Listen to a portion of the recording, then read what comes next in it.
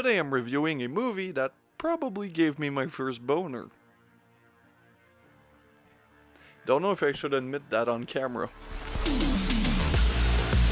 Today I'm reviewing Onechanbara Bikini Samurai Squad. The only issue with that title is that there's only one girl in the bikini and she's more of a cowboy than a samurai, which is a movie based on a video game franchise. Except I didn't know about this movie through the video games. I knew about this because when I was around 11-12, I was a big weeb and I had a subscription to a French anime magazine, and in there was an ad for this specific movie, and all I could remember was that poster where you see, of course, the character's ass, which at 11-12 gets the job done. But then I probably discovered hentai, and after finally watching this movie after all these years, I can say that it's probably not the best fapping material.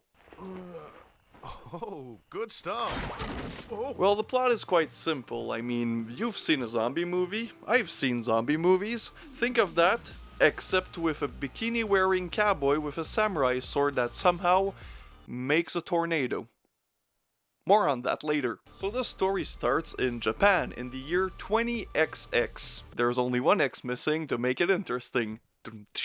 Well, that was terrible. And it's of course during a zombie apocalypse that was launched by a scientist whose name I forgot. But he's not important because he'll die later. And he somehow created this zombie apocalypse. And then we see our main character, Haya. As previously mentioned, she's wearing a cowboy hat, cowboy boots, and a coat. So you can't see her bikini because she only takes off her coat to go Super Saiyan. And we'll see exactly that at the beginning of the film during our first action sequence. A group of zombies invades this abandoned house that for some reason some punk guys and girls are just staying at, and of course the zombie attacks them, but our main character is there to save them. Well, at least two of them. Yeah, the zombies kind of had a feast before our main character showed up. And when she shows up, we see the highlight of the film, which is actually the action scenes are pretty goddamn cool. They're well shot, they're creative, and they're very video game-like, which I can appreciate seeing as this is a video game-based movie. The only issue with the fighting scenes is that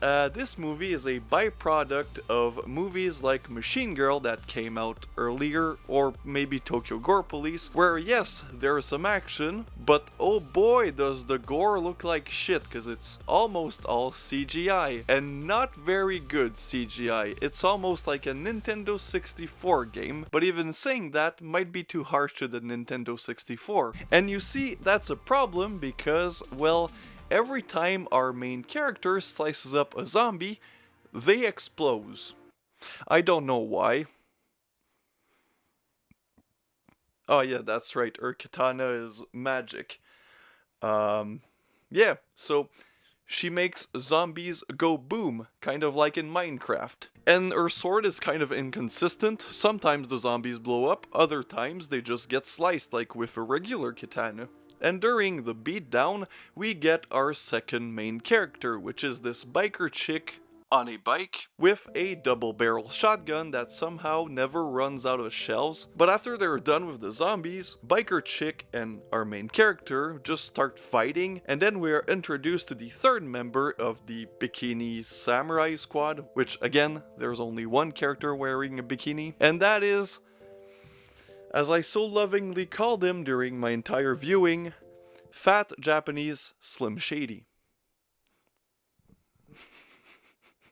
Oh, that's nasty. And he tells the gals to stop fighting, they need to stop the zombies, not the humans, and then they just decide they all can tolerate each other until they find the evil scientist to kill him. But in between that, we get a backstory on all of our characters, and they're all very sad sob stories. Our main character Aya, well, her sister killed her father and then went with the mad scientist to experiment on zombies, I guess. Fat Japanese Slim Shady, well, his sister got kidnapped by the doctor. And finally, biker chick, well, her daughter got killed by the zombies. So they all want revenge. In between that, we meet other characters that will just be there to get eaten by the zombies, and we get more sob stories, some backstories, and overall the scenes without action aren't super good. And all of this blah blah leads us to the final confrontation between our crazy mad scientists and our bikini samurai squad. And then we get the amazing second biggest action piece, which is actually, again, very impressive, and the camera work is original. We get a top-down view, and it's pretty cool. Yes, there's a lot of CGI, but it doesn't really matter because it's kind of a creative way to show an action scene. And you know, she chops off heads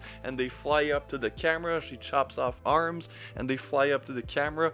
It's a really cool scene, but of course, the scientist is not our final boss because he gets taken out quite easily by Slim Shady. No, the final boss is Haya's sister, who she previously had a little fight with her in the previous scene. Not really important, but this time it's the final boss. And just like a video game, the final boss fight is pretty impressive, and we can see more of the fact that they might be, you know, witches, not witches, but they might have magical powers with their swords, blah blah blah, you know, they're from a family of great samurai, so they have like the spirits of that. Anyways, the final action scene looks pretty cool, and it's again very creative and very video game like. Again, I can appreciate because it's a video game movie. It's normal that it's slightly video gamey. And of course, our main character is victorious against her mortal enemy.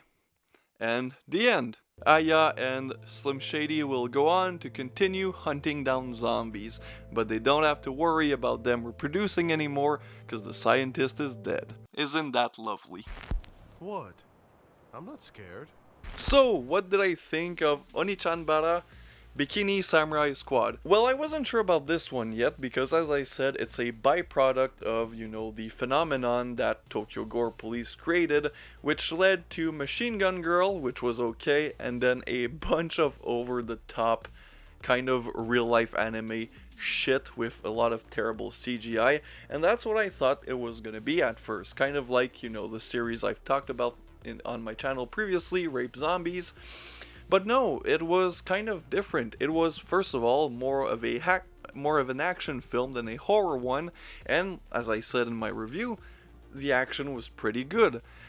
The characters, my only issue with this film is that when it's not a fight scene that's like a video game, it tries to be very serious and it just doesn't work with the context.